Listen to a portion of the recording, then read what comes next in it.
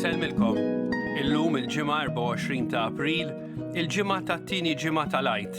Nistedinkom għal qudiesa u r-Rużarju mexxija mill-Isqof Joseph Gallia Kurmi. Illum nistedinkom biex nitolbu b'mod speċjali biex il-Mulej Ġesu ikompli jagħti lil pajjiżna id-don tas-saħħa u id-don tal-erf lil dawk kollha li jmexxuna. Nitolbu wkoll biex matul dan iż-żmien fid-djar tagħna nersqu aktar lejn Ġesu u b'qalb ħerqana infittxu m'għandumux li bħala komunità nisranija ninġabru mill-ġdid fil-knejjes tagħna.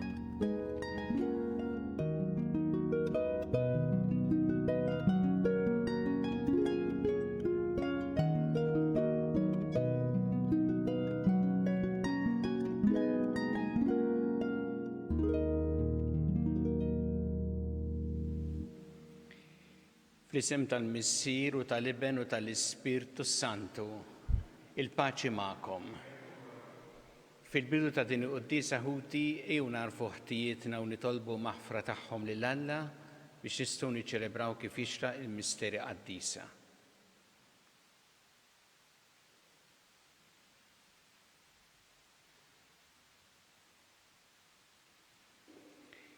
Dawl ta' kull min jemmen fik mulej ħniena. Mistrieħ ta' min jittama fik, Kristu ħniena. Ferħ ta' min iħobbok mulej ħniena.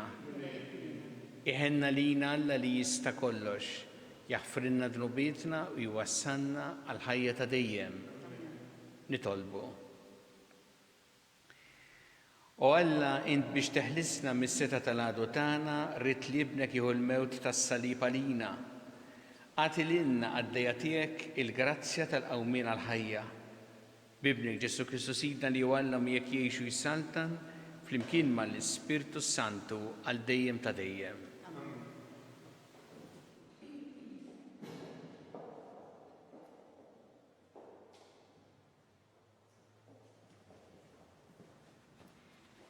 Qari mill-ktieb tal-Atti tal-Apostli.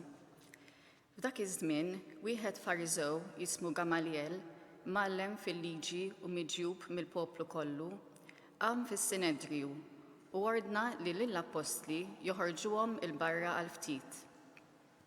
Imbagħad qal liżħabu, irġiel ta' Iżrael, iftħu għajnejkom x'sejrin tagħmlu lil dawn in-nies. Ftit żmien ilu qam Tewda u beda jgħid li hu xi ħaġa. U madwar 400 raġel qablu miegħu.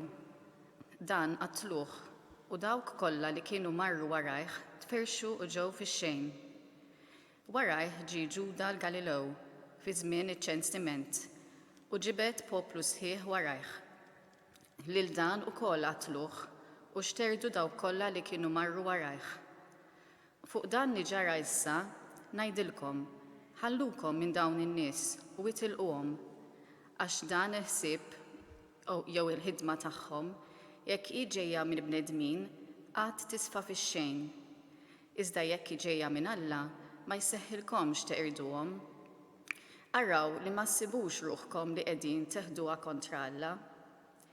Imbagħad għadu fuq il-parir tiegħu, sejħu lill-Apostli qudiemhom u wara li tawhom is-swat ordnawlhom li ma jitkellmux fuq l-isem ta' Ġesu, imbagħad telquhom.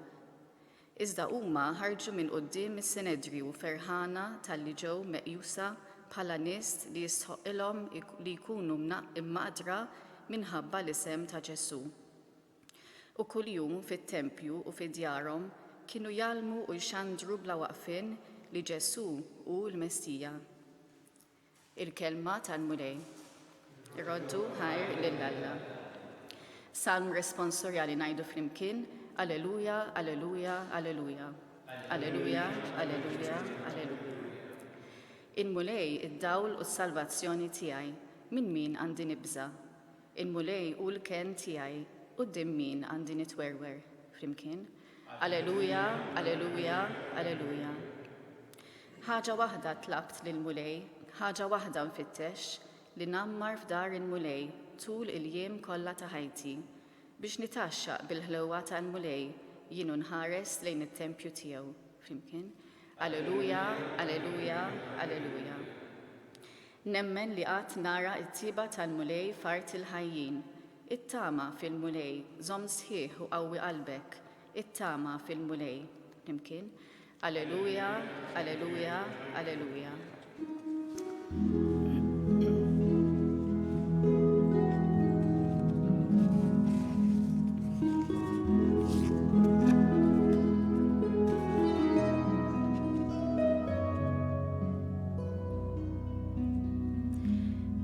Il-bniedem mhux bil-ħobbs biss jgħix, iżda b'kull kelma li toħroġ minn fomm Alla.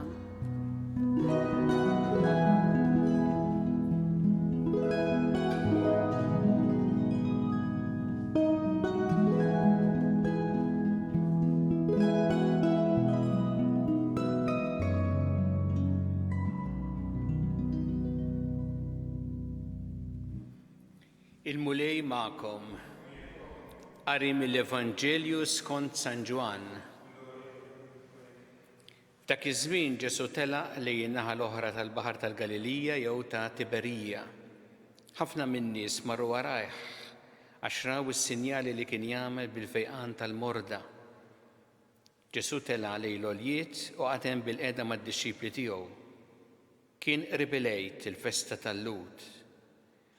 Ġesu refajnejh lemaħ kotra ta' nies ġej għalih u qal Filippu, mnejn nixtru l-ħobs biex dawn ikollhom x'jieklu. Dan qalulu biex jipprovah għaliex hu kien jaf sejjer jagħmel. Filippu wieġbu 200 dinar ħobs ma jkunux biżżejjed għalihom biex kull wieħed minnhom jieħu xi ftit. Wieħed mid-dixxipli tiegħu Indrieħu x'mun Pietru qallu hawn tfajjel li għandu 5 ħobżiet tax-xejr u 2 ħutiet żgħar. Imma dawn x'inhuma għal daqshekk nies? Għeddu n-nies bil-qiegħda għal Ġesu. Dik in-naħa kien hemm ħafna ħaxix għalhekk in-nies xi 5,000 raġel qagħdu bil-qiegħda. Ġesu ħa il-ħobżiet, ratt il-ħajr u qassamhom il dawk li kienu bil-qiegħda. Hekk ukoll għamel bil-ħut u kulħadd ħa kemm ried. Meta xebgħu Ġesu qal lid-dixxipli tiegħu iġbru l-loqom li baqa' biex xejn ma jinħela. Marru jiġbruhom u mlew 12 qoffa bil-loqom li kien fadlilhom in-nies mill-5 ħobżiet tax-xejr wara li kielu. Għalhekk dawn in-nies meta raw dan is-sinjal li għamel Ġesu qalu dan hu tassew il-profeta li għandu jiġi fid-dinja. Imma Ġesu meta ntebaħ li kienu ġejjin biex jeħduh bil-fors ħalli jagħmluh sultan, reġa' warrab waħdu lejn l-għoljiet. Il-kelma tal-mulej.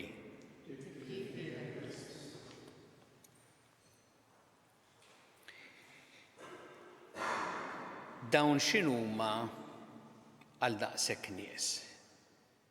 Dan kien il-kliem li wieħed mid-dixxipli ta' Ġesu Indri qallu meta semmielu il-5 ħobżiet u 2 ħutiet li kellu tfajjel hemmhekk biex jitma' lil dawk l-eluf. Ġesu ried illi jagħtihom l-ikel u ikel ma kienx hemm. Kien hemm biss dan it-tfajjel b'5 ħobżiet u 2 ħutiet. U nista' nimmaġina jiena l-ħarsa fuq wieġi dan id-dixxiplu meta qallu b'dawn il-5 ħobżiet u 2 ħutiet biex jitma' lil dawk l-eluf. Imma Ġesu x'għamel? Ma qallux ħallihom, issa naħseb jien x'issa tagħmel dawn. Konna nifhmuh kieku qallu hekk. Ma Ġesu ħa il-ftit ta' dak it-tfajjel u minnhom għamel ikel biżżejjed u iżżejjed għal dawk in-nies li kien hemm. Jgħid ir-rakkont li ġabru 12 qoffa bil-loqom li ħallew in-nies Għax Ġesu ma rrid xejn li jinħela, ma ġabru iktar milli kien hemm fil-bidu nett, ġifieri Ġesu għamel dan il-miraklu kbir b'dak il-ftit ta' dan it-tfajjel. Dan ir-rakkont, din il-ġrajja kbira illi fil-fatt tissemma fl-Evanġelji kollha, tant impressjonat lil nies. Dan ir-rakkont jgħidilna ħafna għal ħajja tagħna. Jurina li Ġesu jimpurtah minna. Dawk in-nies Ġesu mhux biss rid iwassilhom il-kelma imma rid jagħtihom ukoll x'jieklu. Li ma Ġesu hemm dejjem l-abbundanza. Mhux bil-kejl, Ġesu jagħti dejjem bħalma qalu stess jien ġejt biex nagħti l-ħajja u l-ħajja bil-kotra, bl-abbundanza. L-abbundanza li qatt ma tfisser però ħela, għax għal Ġesu l-ħela jfisser li qed tieħdu minn ħalq dawk li huma fil-bżonn. Imma mbagħad hemm xi ħaġa speċjali li jurina dan ir-rakkont li tant tot tal-ħajjitna. Li Ġesu għażel li jieħu l-ftit ta' dan it-tfajjel. U magħna wkoll jagħmel l-istess. Ġesu irid il-ftit tagħna.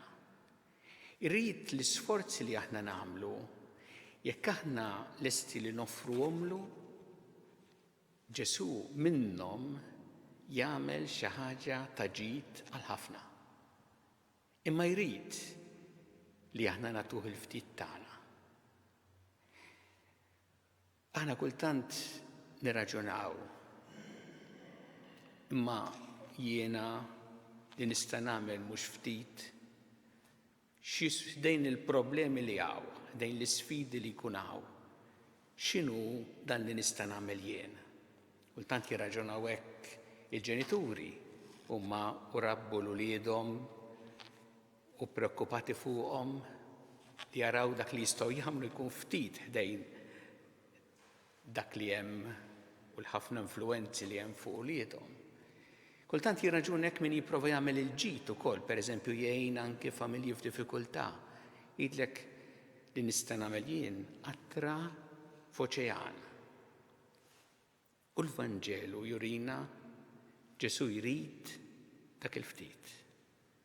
Jekk aħna noffrulu dak il-ftit, jekk aħna noffrulu l-isforzi tagħna dgħajfa kemm huma dgħajfa, minnhom Ġesu jagħmel xi ħaġa li lin milli nkunu ħsibna aħna u maġinajna aħna u xi ħaġa ta' ġid għal ħafna. L-Ewkaristija li niċċelebraw hija proprju esperjenza ta' dan. Għax fl-Ewkaristija aħna nieħdu nippreżentaw, noffru il-ftit, ħobs u nbit. U minnhom Ġesu jagħmel l-aqwa għax jibdilhom fil-ġisem u d-demm tiegħu. Huwa miraklu tal-kwalità, mhux tal-kwantità, ma tal-kwalità, tal-akbar kwalità. U naraw ix-xebħ bejn dan ir-rakkont u proprju l-Ewkaristija x'anke l-kliem li ħal ħobs, ratti l-ħajr, qasmu, newlu lin-nies. Fl-Ewkaristija aħna għandna l-ikbar esperjenza ta' kif Lil-Alla meta nippreżentawlu l-ftit tagħna u jibdlu mhux biss f'xi ħaġa kbira fl-aqwa ħaġa li jista' jagħtina ġifieri lilu nnifsu il-ġisem u d-demm tiegħu. Aħna bħalissa ħafna minna ma nistgħux nirċievu l-Ewkaristija li tħeġġeġ fina x-xewqa li tasal il-ġurnata meta nistgħu nirċievu mill-ġdid l-Ewkaristija regolarment, imma din il-ġrajja tgħinna biex napprezzaw l-Ewkaristija u tgħinna wkoll biex napprezzaw il-ftit li nistgħu nagħmlu aħna dejjem noffruh lill-Alla biex minnu jagħmel xi ħaġa ta' ġid u ta' ġid għal ħafna.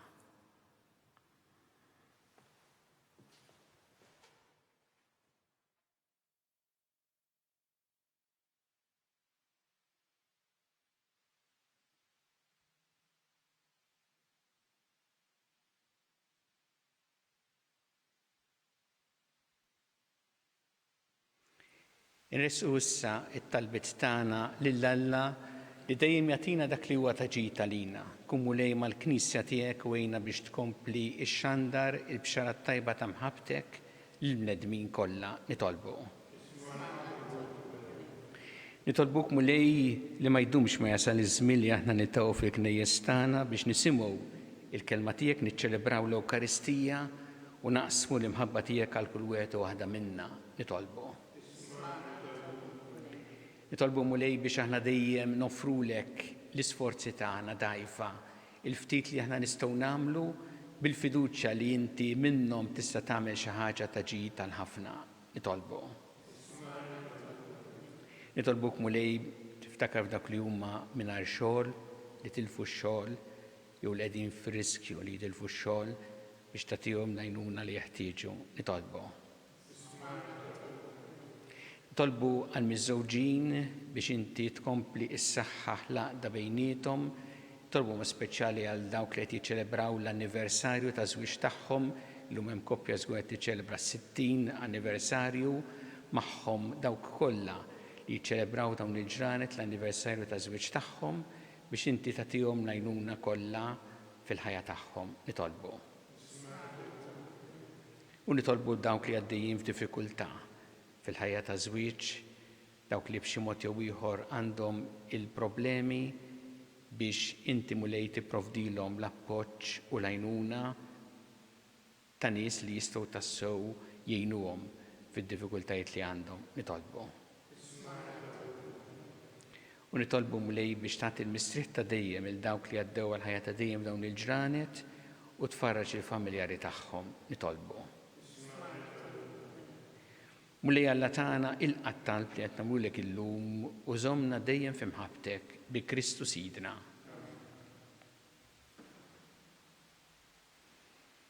Imbirek int mulej Alla tal-ħolqien kollu għax fit-tjubitek tajtna l-ħobs li qegħdin nofrulek frott tal-artu xogħol il-bniedem li minnu jsir għalina l-ħobs tal-ħajja.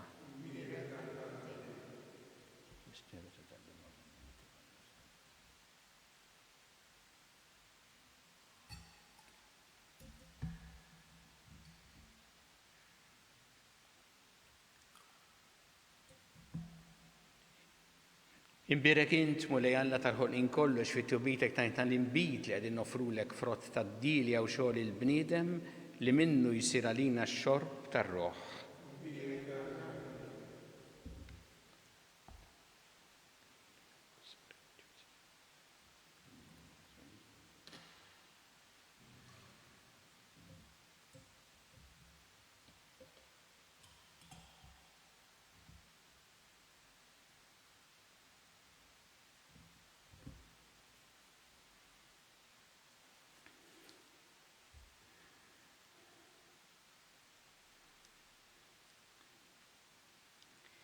Itolbu ħuti biex is-sagrifiċċju tiegħi u tagħkom ikun jogħġob lil Alla l-Missier li jista' kollox.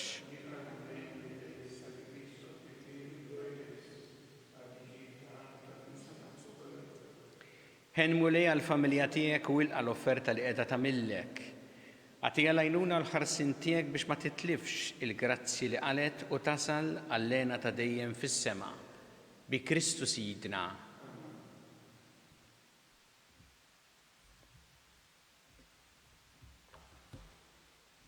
Il-mulej ma'kom, nerfgħu qlubna l-fuq, niżżu ħajr il-mulej Alla tagħna. Sewwew xieraq tas-sew mulej tajjeb u taġid tas-salvazzjoni tagħna li dejjem nistqarru l-glorja tiegħek. Iżda ferħ akbar inxandruha f'dan iż-żmien li fih ġie ssagrifikat Kristu il-ħaruf tal-għid tagħna u qeret il-ħażen tagħna tal-imoddi, ġeddet il-ħolqien kollu li kien iġġarraf u reġa' tagħna l-ħajja fis-safa kollu tagħha. Għalhekk f'dan il-ferħ tal-għid imxerred ma' kull imkien fid-dinja, il-bnedmin kollha jintlew bil-għena u l-qawwiet tas-sema mas-setat tal-anġli jiġġulek innu ta' glorja u bla qiegħda itennulek. Qaddis, qaddis, qaddis, mulej Alla tal-eżerċiti. Ismewwitu l-art mimlija bil-glorja tiegħek, osanna fl-ogħla ta' smawiet, imbirek min ġej f'isem il-mulej, osanna fl-ogħla ta' smawiet. Qaddis tassew int mulej inti lajn ta' kull qdusija. Qaddes għalhekk nitolbu dawn l-offerti bil-barka tal-Ispirtu tiegħek biex isiru għalina l-ġisem u d-demm ta' Sidna Ġesu Kristu li meta kien se jingħata biex mir-rajħ ibati ħal-ħobs ratt il-ħajr qasam tali d-dixxipli tiegħu qal ħudu u kulu il-kol minn dan għax dan huwa ġismi li jingħata għalikom.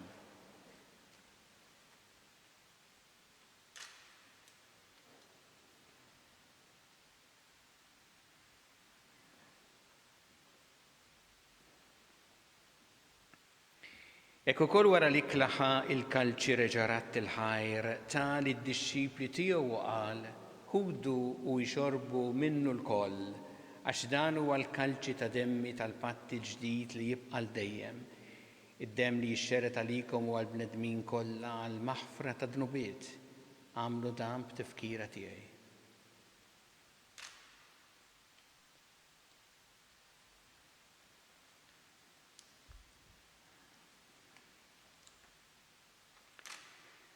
Danu il-misteru tal-fidi, inħabbru l-mewt tiegħek mulej, inxandru bil-ferħ il-qawmin tiegħek, nistennewk sa ma tiġi fi glorja. Għalhekk aħna u nagħmlu dan b'tifkira tal-mewt u l-qawmin ta' Sidna Ġesu Kristu, offrulek mulej il-ħobs tal-ħajja u l-kalċi tas-salvazzjoni, broddulek ħajra xogħġbok tilqana u nquddimek biex naqduk. U mitċokon tagħna nitolbu li l-Ispirtu Santu jaqgħadna f'ġisem wieħed lilna li nieħdu sem mill-ġisem u d-demm ta' Kristu. Ftakar mulej fil-Knisja tiegħek imxerda mad-dinja kollha. Wettaqaf l-imħabba flimkien mal-Papa Franġisku, mal-Isqof tagħna Charles, mal-Isqof Mario, miegħi għaddej tiegħek minn ma jistħoqli u mal-Ministri tiegħek kollha. Ftakar ukoll futna li raqdu bit-tama tal-qawmien, ftakar fil-mejtin kollha daħħalhom quddiemek fid-dawl tas-seb tiegħek. Ħenna lina l-koll nitolbuk, għati lilna wkoll il-wirt tal-ħajja ta' dejjem, flimkien mal-Verġin Qazza u Malla Marija, ma' San Ġusepp, mal-Apostoli l-qaddisin kollha li jgħixu fil-ħbiberija tiegħek sa mill-bidu tad-dinja. Għamel li magħhom infagħruk u nsebħuk Ġesu Kristu ibnek. Bi Kristu, ma' Kristu u fi Kristu, jingħata lilek Alla missilli tista' kollox flimkien mal-Ispirtu Santu kull ġieħu glorja għal dejjem ta' dejjem.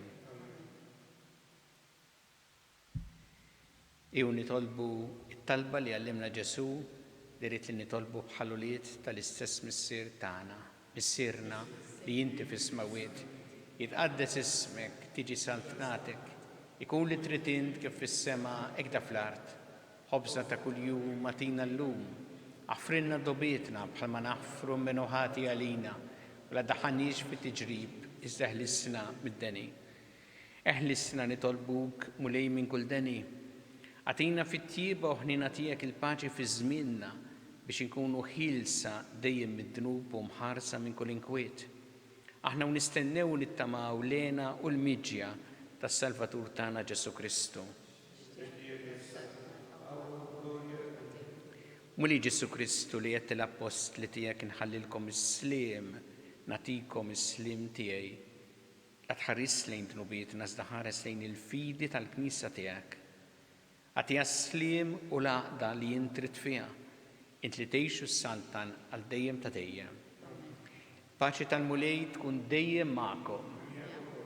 Natu il-paċi lil xulxin.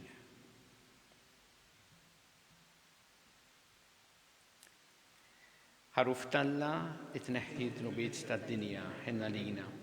Ħaruf Talla li tneħħi d-dnubiet tad-dinja ħinna lina. Ħaruf Talla li tneħħi d-dnubiet tad-dinja għatina l-paċi.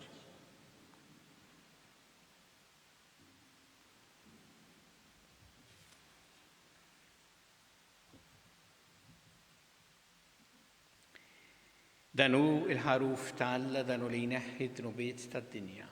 Ħenjin dawk li huma missiedna l-ikla tal-ħaruf.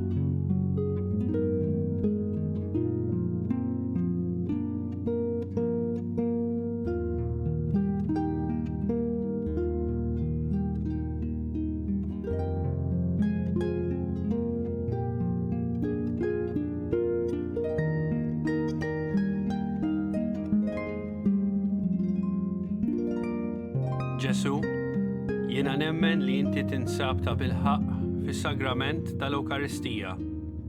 Irrid inħobbok fuq kollox u fuq kulħadd. Inti taf li nixtieq nirċevik ġewwa fija. Imma ġala darba bħalissa ma nistax nilqek ġewwa fija sagramentalment, nitolbok li tiġi fija spiritwalment.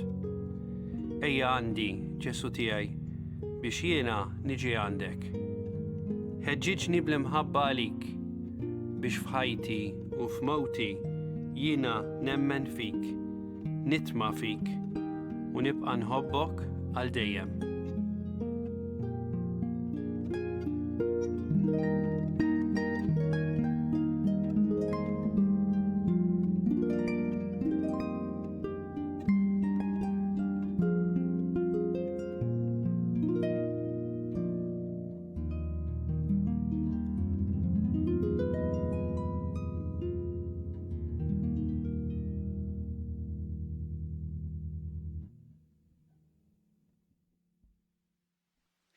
Nitolbu,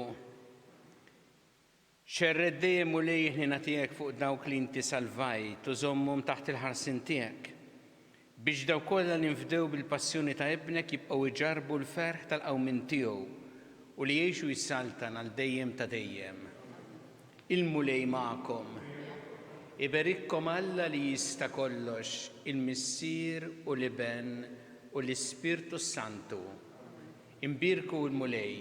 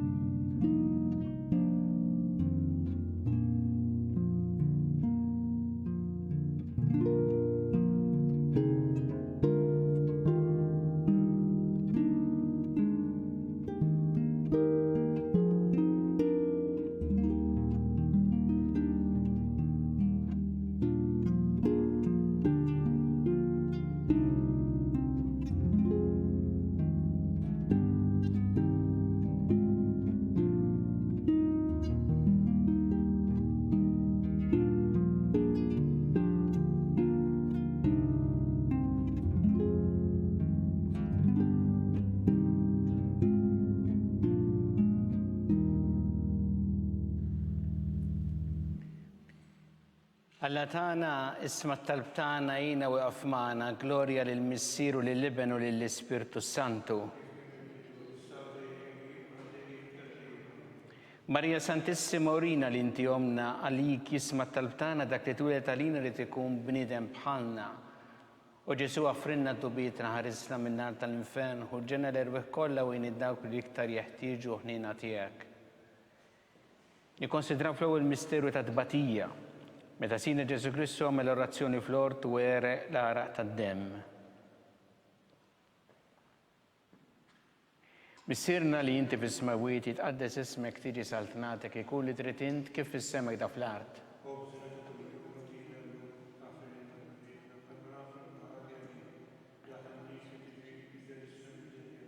Islim għalik Marija bi grazzi mimlija l-mulejmija kien birka inti fost in-nisa u mbirek il-frott ta' ġuftijek Ġesu.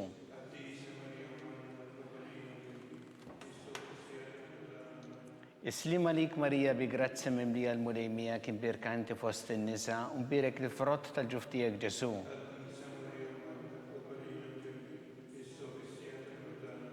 Islim għalik Marija bi grazzi mimlija l-mulejmija kien birka inti fost in-nisa u mbirek il-frott tal-ġuftijek Ġesu.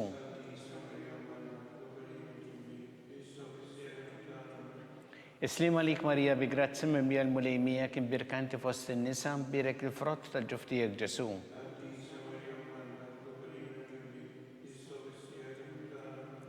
Islim għalik Marija bi grazzi mimlija l-mulejmija kien birka inti fost in-nisa u mbirek il-frott ta' ġuftijek Ġesu.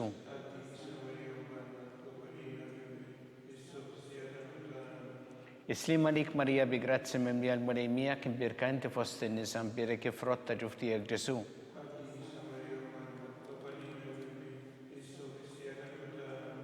Islima lik Marija bi grazzi mimlija l-mulejmija kien birkanti fost in-nisa birek frott ta' ġuftijek Ġesu.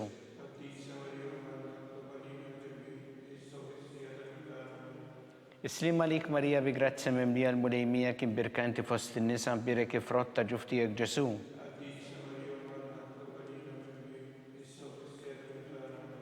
Islima lik Marija bi grazzi mimlija l-mulejmija kien birkanti fost in-nisa birek frott ta' ġuftijek Ġesu.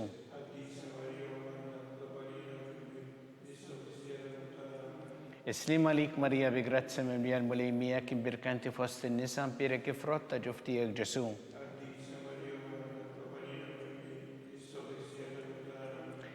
Gloria lil Missieru lil Ibnu lil Spiritu Santu. Marija Santissima urina li inti omna għalik jisma t-talbtana dak li tulet għalina li tikun bnidem bħalna. U Ġesu għaffrinna d-dobietna ħarisna minn nar tal-infern u ġenna l-erbeħ kollha u dawk li l-iktar jeħtieġu il-ħnina tiegħek. Nikkonsidraw fit-tieni misterju tal-tbatija meta sina Ġesu Kristu kien marbut mal-kolonna u flagellawh. Missirna li inti fis-smawiet jitqaddes ismek tiġi saltnatek ikun li trid int kif fis-semek da fl-art.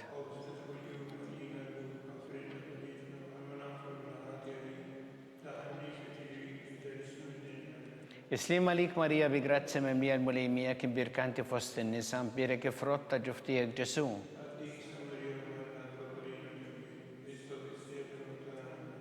Islima lik Marija bi grazzi mimlija l-mulejmija kien birkanti fost in-nisa birek frott ta' ġuftijek Ġesu.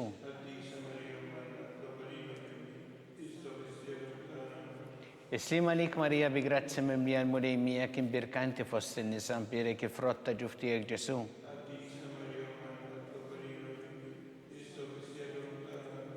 Islima lik Marija bi grazzi mimlija l-mulejmija kien birkanti fost in-nisa birek frott ta' ġuftijek Ġesu.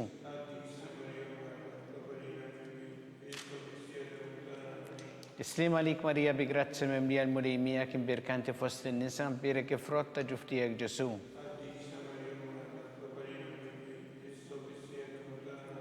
Islima lik Marija bi grazzi mimlija l-mulejmija kien birkanti fost in-nisa birek frott ta' ġuftijek Ġesu.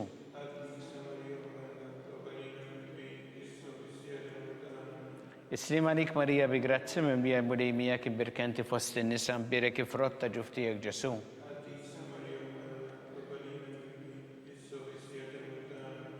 Islima lik Marija bi grazzi mimlija l-mulejmija kien birkanti fost in-nisa birek frott ta' ġuftijek Ġesu.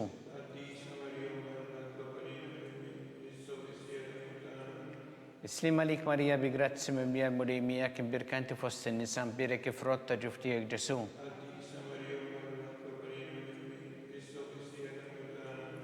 Islima lik Marija bi grazzi mimlija l-mulejmija kien birkanti fost in-nisa birek frott ta' ġuftijek Ġesu.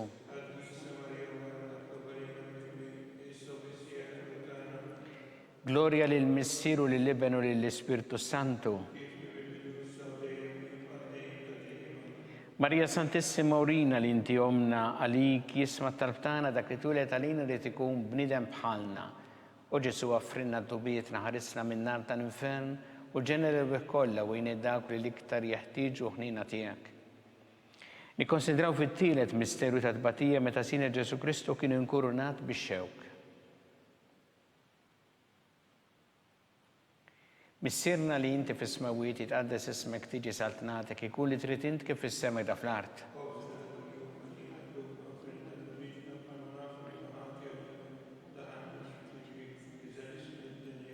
Islima lik Marija bi grazzi mimlija l-mulejmija kien birkanti fost in-nisa birek frott ta' ġuftijek Ġesu.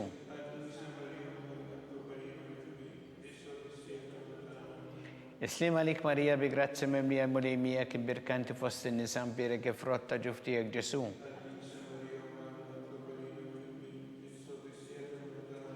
Islima lik Marija bi grazzi mimlija l-mulejmija kien birkanti fost in-nisa birek frott ta' ġuftijek Ġesu.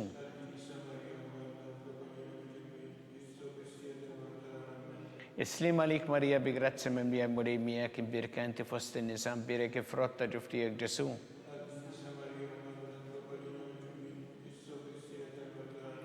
Islima lik Marija bi grazza mimlija bulejmija kim birkinti fost in-nisa mpirek frotta ġuftijek Ġesu.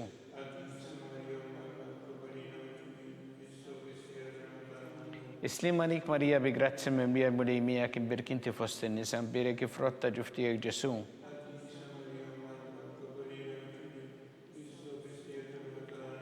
Islima lik Marija bi grazza mimlija bulejmija kim birkinti fost in-nisa mpirek frotta ġuftijek Ġesu.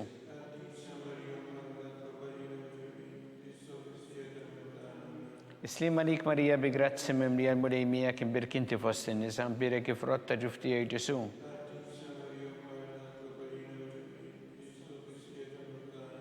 Islima lik Marija bi grazzi mimlija l-mulejmija kim birkinti fost in-nisa mpirek frotta ġuftijek Ġesu.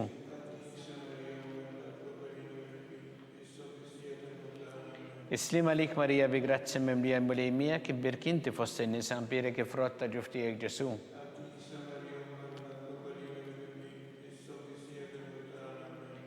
Gloria lil Missir u lill-Liben u lill-Ispirtu Santu. Marija Santissima urina li inti omna għalik jisma talbtana dak li tulet għalina li tikun bnidem bħalna. U Ġesu għaffrinna tubitna ħarisna minna tal-infern u ġenera kollha wejn id-dawk li l-iktar jeħtieġu ħnina tiegħek. Nikkonsidraw fir-reba misterju ta' tbatija meta sina Ġesu Kristu kien mobb bis-salib mingħand Pilatu sal-Kalvarju.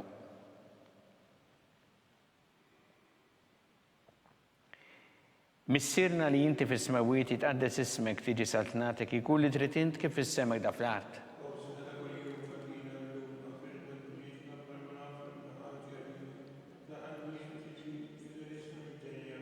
Islima lik Marija bi grazzi mimlija l-mulejmija kim birkinti fost in-nisa mpirek frotta ġuftijek Ġesu.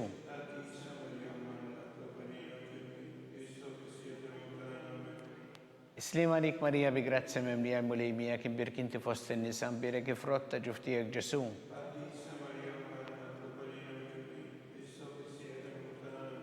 Islima lik Marija bi grazzi mimlija l-mulejmija kim birkinti fost in-nisa mpirek frotta ġuftijek Ġesu.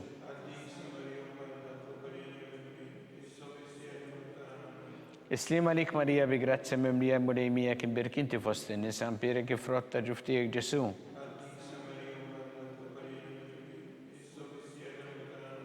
Islima lik Marija bi grazzi mimlija l-mulejmija kim birkinti fost in-nisa mpirek frotta ġuftijek Ġesu.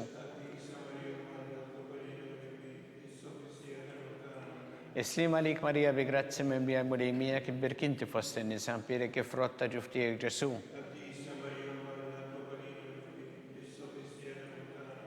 Islima lik Marija bi grazzi mimlija l-mulejmija kim birkinti fost in-nisa mpirek frotta ġuftijek Ġesu.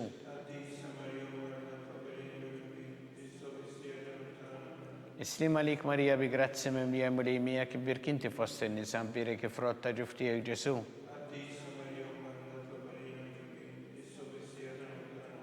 Islima lik Marija bi grazzi mimlija l-mulejmija kim birkinti fost in-nisa mpirek frotta ġuftijek Ġesu.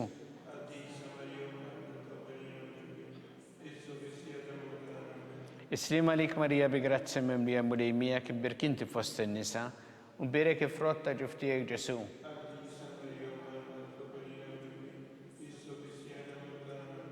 Gloria lil Missir u lill-Liben u lill-Ispirtu Santu. Marija Santissima urina li inti omna għalik jisma talbtana dak li tulet għalina li tikun bnidem bħalna.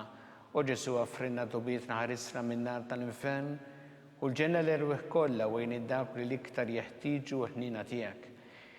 Nikkonsidraw fil-ħames misterju ta' tbatija meta sina Ġesu Kristu kien mislub fuq is-salib u wara 3 sigħat tal-agonija miet.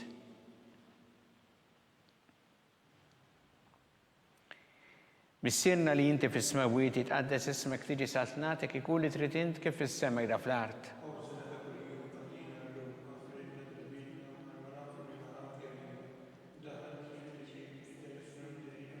Islima lik Marija bi grazzi mimlija l-mulejmija kim birkinti fost in-nisa mpirek frotta ġuftijek Ġesu.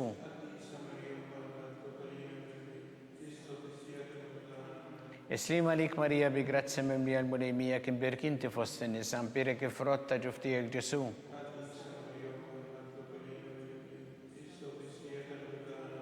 Islima lik Marija bi grazzi mimlija l-mulejmija kibber kinti fost in-nisa mbirek kifrotta ġuftijek Ġesu.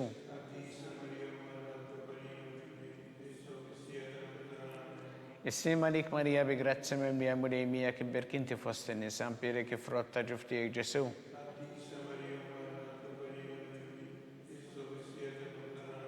Islima lik Marija bi grazzi mimlija l-mulejmija kibber kinti fost in-nisa mbirek kifrotta ġuftijek Ġesu.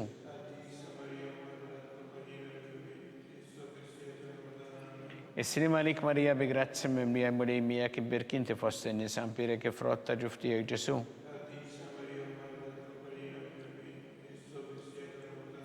Islima lik Marija bi grazzi mimlija l-mulejmija kibber kinti fost in-nisa mbirek kifrotta ġuftijek Ġesu.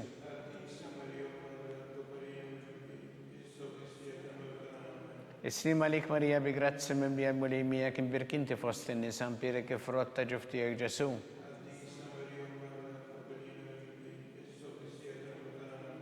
Islima lik Marija bi grazzi mimlija l-mulejmija kibber kinti fost in-nisa mbirek kifrotta ġuftijek Ġesu.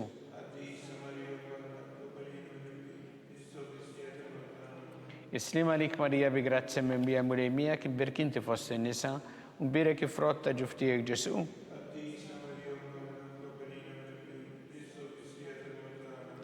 Gloria lill-Missieru lill-Iben u lill-Ispiritu Santu. Marija Santissima urina li inti omna għalik jisma' talbtana dak li tulet għalina li tikun bnidem bħalna u Ġesu għaffrinna tubietna, ħarisna minna tal-infern u ġener irbiħ kollha u għin dawk li l-iktar jeħtieġu ħnina tiegħek. Slima lik Sultana, tal-ħnina, ħajjaħlewa u tamatana, slima lik. Li lek inajtu għalli aħna turufnati u li teva, li lek nitnidu aħna li nifku nolfqu f'dan il-wiet ta' dmuħ. Ejja mela avukata tagħna, dawallejna dawk lajnejn tiegħek tal-ħnina, urina wara dan turufna ment lil Ġesu frott imbirek tal-ġuf tiegħek. U ħanina, opija, u ħelwa, Verġni Marija. Skont il-fema tal-Papa missirna li inti fis-smawiet jitqaddes ismek tiġi saltnatek, ikun li trid int kif fis-semek da fl-art.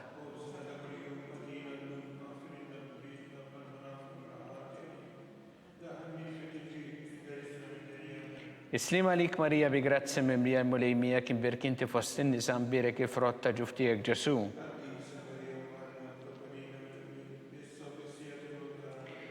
Gloria lill-Missieru lill-Iben u lill-Ispiritu Santu. Għatihom u mulej il-mistrieħ ta' dejjem, jistriħu fil-paċi, mulej ħnina, Kristu ħnina, mulej ħnina, Kristu smana, Kristu il-qattalbtana, Misier Eternalla, Iben Alla li fdejt id-dinja, Spiritu Qaddis Alla, Trinità Qaddis Alla wieħed, imqazza Marija, imqazza Alla, imqazza xebba ta' xbejbiet, ta' Kristu, il-Knisja, tal-grazzja ta' Alla, li żjed safja, li żjed nadifa, muxebba, bla teba, li tistħoq l-imħabba, tal-aġeb, tal-parir it-tajjeb, ta' min ħalaqna, ta' min salvana.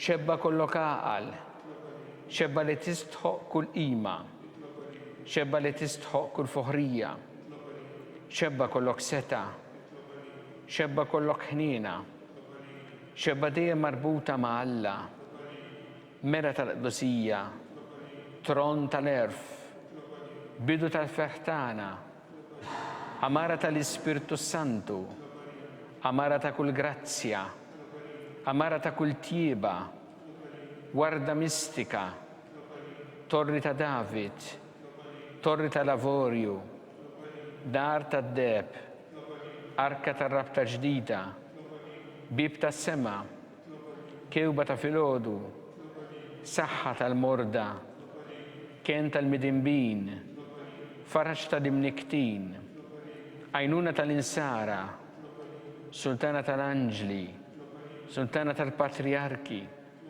sultana tal-profeti, sultana tal-apostli, sultana tal-martri, sultana tal-konfessuri, sultana tal-verġni, sultana tal-qaddisin kollha, sultana mnisla mill-ewwel teba', sultana mtella s-sema, sultana tal-Rużarju mqaddes, sultana tal-familja, sultana tal-paċi. Ħaruf Alla li tneħħi dnubiet tad-dinja, aħfrinna nitolbuk mulej. Ħaruf Alla li tneħħi dnubiet tad-dinja, ismana nitolbuk mulej. Ħaruf Alla li tneħħi dnubiet tad-dinja, ħen għalina. Itlob għalina qaddisa Alla. Nitolbu Alla li rrit li ma tħabbira tal-anġlu li bentijek isir bniedem fil-ġuf tal-Verġni Mqaddsa Marija, għatina nitolbuk lilna li nistqarru Alla li nkunu mejjunin mit-talb tagħha bl-istess Kristu Sidna. Talba lil San Mikiel Arkanġlu idħol għalina fit-taqbida, kun int lejnuna tagħna kontra l-ħażen u tnassis tad-demonju, irrażżinu Alla nitolbuk bil-ħerqa. Int laqwa fost iqtajja tas-sema, itfa bil-qawwa Alla fil-qiegħ tal-infern li x-xitan u l-ispirti ħżiena l-oħra li jġerrew fid-dinja għat-telfin tal-erwieħ. Amen.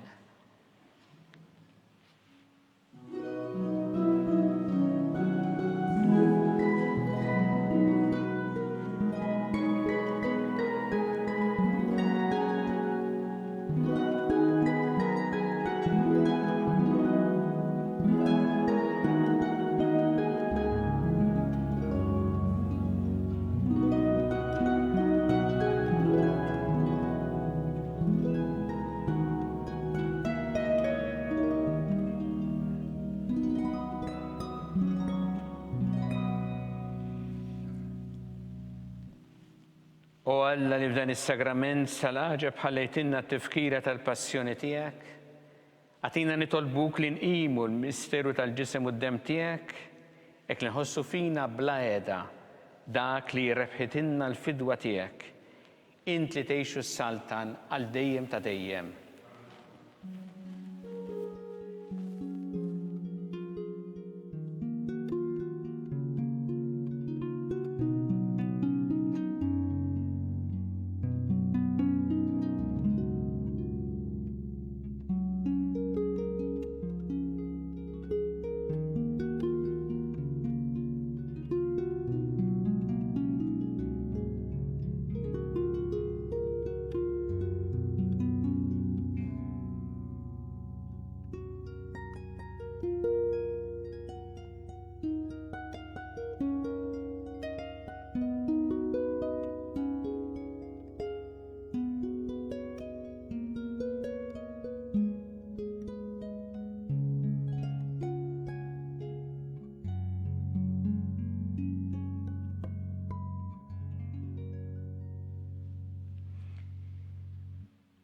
Ikun imbirek Alla, imbirek l-isem imqaddes tiegħu, imbirek Ġesu Kristu veru Alla u veru bniedem, imbirek l-isem ta' Ġesu, imbirek l-qalb imqadsa tiegħu, imbirek id-dem għażiż tiegħu, imbirek Ġesu fis-Santissimu Sakrament tal-Artal, imbirek l-Ispirtu Santu Paraklitu, imbirek l-kbira Alla Marija Santissima, imbirka l-imqazza u immakulata konċizzjoni tagħha, imbirek it-tlu glorjus tagħha fis-sema, imbirek l-isem ta' Marija Verġni u imbirek San Giuseppe Parus kas-sismu tagħha, imbirek Alla fl-anġel qaddisin kollha tiegħu.